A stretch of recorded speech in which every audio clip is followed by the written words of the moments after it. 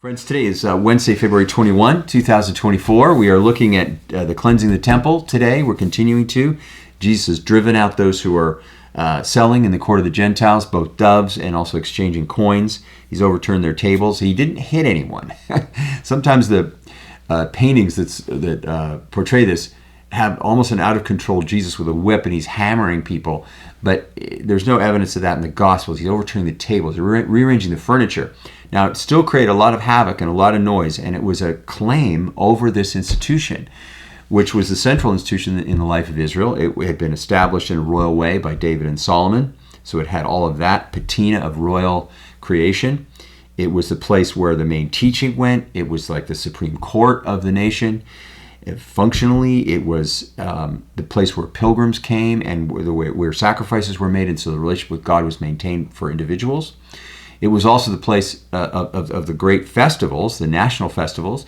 It was the place where heaven and earth were believed to come together, where the presence of God dwelt. It was the place where the tabernacle was kept, so it was the symbol of that covenant relationship and that connection, as I say, between heaven and earth. And so for Jesus to come in and take control of the situation was a big deal.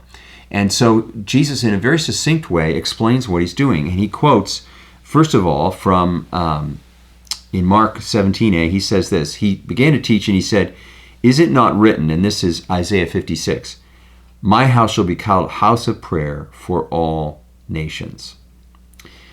Well, the temple was viewed by Jews as a particular Jewish possession.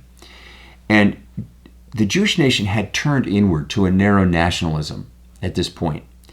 They had forgotten their mission to be a blessing to the whole world, and they were thinking mainly oppositionally toward the rest of the world.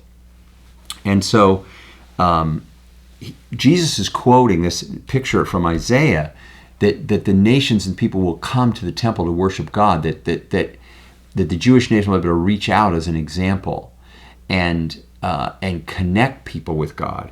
And this is not happening. In fact, in the court of the Gentiles, where the people that were not Jewish would come to worship, it was a commercial exchange, and it wasn't quiet, it wasn't contemplative. This location issue of the buyers and sellers was very problematic for non-Jews who had come to worship. And then there's the idea of the temple itself and the sacrifices, that you could purchase for a fee assurance through the sacrifices of a spiritual kind of assurance. And this idea itself, it seems, is also under attack. Jesus is saying is leaving out of the teaching of the prophets the idea of the sacrifices that are going on and emphasizing the prayer piece. He wants people that come to worship in the temple or anywhere else to have a true spiritual experience, not to since they're part of a system where the financial operation is key, and in some way they're purchasing a privileged position in relationship to God. They're not being sold anything. So let's take a moment and pray about that. Gracious God, we want sincerity in our worship, and we want to come with open hearts. Open hands too, because as we foster your ministry, we learn generosity, and you are the giver of every good and perfect gift, and our response to that is to be generous in return, to meet the needs of the things in the world that break your heart, and to build your kingdom in a generous way. But we don't ever see that as just a commercial exchange. So help us to have clarity when we worship, and to be good stewards of souls and dollars. We ask it in your name. Amen.